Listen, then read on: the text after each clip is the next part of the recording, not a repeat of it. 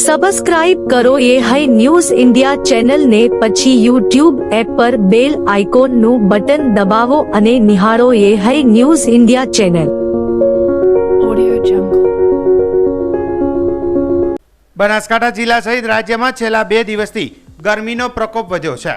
તાપમાનનો પારો 44 ડિગ્રીથી વધુ જતા તકેદારીના ભાગરૂપે હીટવેવ સલામતી અંતર્ગત રાજ્ય સરકાર દ્વારા માર્ગદર્શિકા બહાર પાડવામાં આવી છે, જે અંતર્ગત ગરમીના પ્રકોપથી બચવા માટે સરકારે સંબંધિત અધિકારીઓને સૂચન કર્યું છે।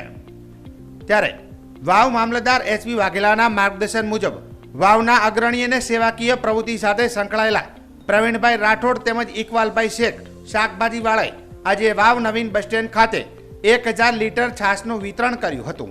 ત્યારે સરહદી વિસ્તારમાંથી આવતા અને જતા હજારો બાળકો, વૃદ્ધો, યુવાનો, માતાઓ અને બહેનોએ છાશ આરોગીને અંદાજિત 44 સેલ્સિયસ ડિગ્રીની ગરમીથી રાહત અનુભવી હતી। તેમજ તમામ લોકોએ બંને અગ્રણીઓની સેવાને બિરદાવી કામગીરી અંગે અભિનંદન પાઠવ્યા હતા। વાવ ગામના અગ્રણી ઇકબાલભાઈ શેઠ અને પ્રવીણભાઈ રાજપૂત તરફથી જે આયોજન થયું છે તે વિતરણ ખાસ માટેનું ખૂબ સુંદર આયોજન છે। અત્યારે કાળઝાળ ગરમી પડી રહી છે અને ગરમીની અંદર બાળકોને, મોટાઓને, વડીલોને આ બહાર ન નીકળવું જોઈએ, વધુમાં વધુ પાણી પીવું જોઈએ અને લૂથી બચવા માટેના જે કાર્યો થાય એ કરવા જોઈએ। અને જે આ મિત્રોએ કાર્ય કર્યું છે એને ખૂબ ખૂબ ધન્યવાદ છે, ખૂબ ખૂબ આભાર। બનાસકાંઠા જિલ્લામાં સરહદી પંથકમાં આગ લાગવાના બનાવો વધી રહ્યા છે। ઉનાળાની કાળઝાળ ગરમીમાં આગના બનાવો વધુ બનતા હોય છે।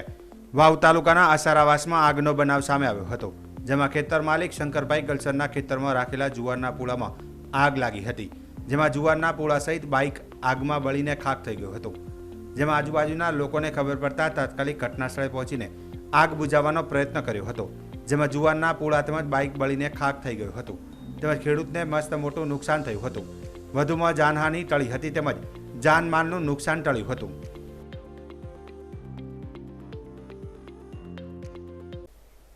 બનાસકાંઠા જિલ્લા પોલીસ વડાના માર્ગદર્શન મુજબ દિયોદર પોલીસ ગોલવી કોતરવાડા 3 રસ્તા પર પેટ્રોલિંગમાં હતા, ત્યારે ખાનગી બાતમીના આધારે એક વ્યક્તિ દારૂ બિયરની બોટલો સાથે એક એક્ટિવામાં બિનઅધિકૃત વિદેશી દારૂની વેચાણ કરતો હોય, જેની માહિતી મળતા પોલીસે એક્ટિવાની તપાસ કરતા સફેદ કલરનું એક્ટિવા નંબર GJ01SW0324 ઝડપી દિયોદર પોલીસ એક્ટિવાની ડીકીમાં તપાસ કરતા દારૂની બિયરની બોટલ લંગ 55 સાથે ભારતીય બનાવટનો વિદેશી દારૂ બિયર બોટલ કિંમત ₹6590 સાથે એક એક્ટિવા કિંમત 20000 સાથે કુલ મુદ્દામાલ ₹26590 સાથે એક્ટિવા ચાલક ચહેરાભાઈ કરશનભાઈ રાજપૂત રહે ગોલવી તાલુકો દિયોદરવાળા એક્ટિવા છોડી ભાગી ગયો હતો, જેથી દિયોદર પોલીસે પ્રોહિબિશન એક્ટ હેઠળ દિયોદર પોલીસ મથકે ગુનો નોંધી દિયોદર પોલીસે વધુ તપાસ હાથ ધરી હતી।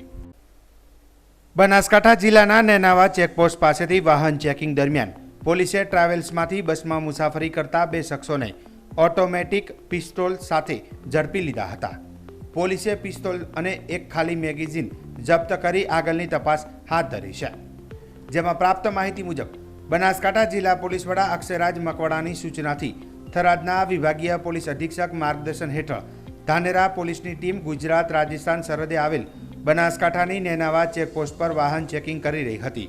તે દરમિયાન ધાનેરા પીએસઆઈ એટી પટેલ સહિત ટીમને બાતમી મળી હતી કે રાજસ્થાન તરફથી આવતી લક્ઝરી બસમાં 2 શખ્સો પિસ્તોલ સાથે બેઠા છે, જેથી પોલીસે તપાસ કરતા ખાનગી ટ્રાવેલ્સની બસમાં મુસાફરી કરતા 2 શખ્સો ઝડપાયા હતા, જેમાં પોલીસે નંદકિશોર રામનરેશ ભીમસેન કુશવા રહે મહગાંવ તાલુકો જિલ્લો ભીંડ અને તેની સાથે અમિત સુનિલ હરગ્યાન રાજપૂત રહે મહગાંવ તાલુકો જિલ્લો ભીંડ મધ્યપ્રદેશને એક ઓટોમેટિક પિસ્તોલ અને ખાલી મેગેઝીન સાથે ઝડપી લીધા હતા અને પોલીસે બંનેની સામે ગુનો નોંધી આગળની કાર્યવાહી હાથ ધરી હતી। બનાસકાંઠા જિલ્લાના વાવ તાલુકામાં છેલ્લા 3 દિવસથી 44 થી 47 ડિગ્રી ગરમી પડી રહી છે।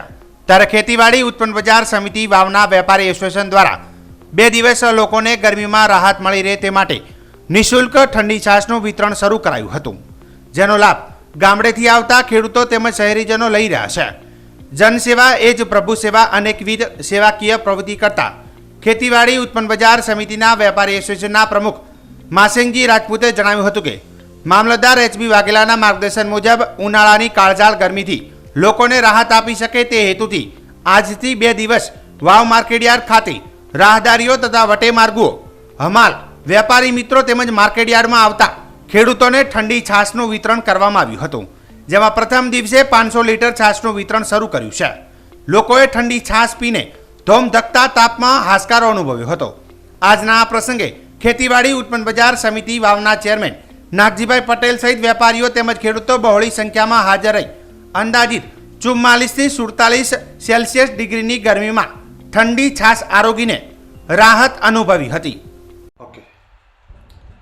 ખેતીવાડી ઉત્પન્ન બજાર સમિતિ વાવ વ્યાપારી એસોસિએશન મંડળ દ્વારા અત્યારે ગરમી ખૂબ જ પ્રમાણમાં વધુ હોવાથી વાવ માર્કેટ યાર્ડમાં અનાજ લઈને આવતા ખેડૂતો માટે તથા મજૂર વર્ગ માટે વાવ માર્કેટ યાર્ડ એસોસિએશન દ્વારા આજે ઠંડી છાશ વિતરણનો કેમ્પ રાખેલ છે, જેથી અત્યારે 10 વાગ્યાથી કરી અને હાલ છાશ વિતરણનો કાર્યક્રમ ચાલુ છે. વાવ મામલતદાર સાહેબ શ્રી આવી અને આ કાર્યક્રમને ખુલ્લો મૂકેલ છે અને અત્યારે ખેડૂતો તથા આમ જનતા વર્ગ આ છાશ સેવા કેમ્પનો લાભ લઈ રહેલ છે. સબસ્ક્રાઇબ કરો ये है न्यूज़ इंडिया चैनल ने પછી YouTube એપ પર બેલ આઇકોન નું બટન દબાવો અને નિહાળો ये है न्यूज़ इंडिया चैनल.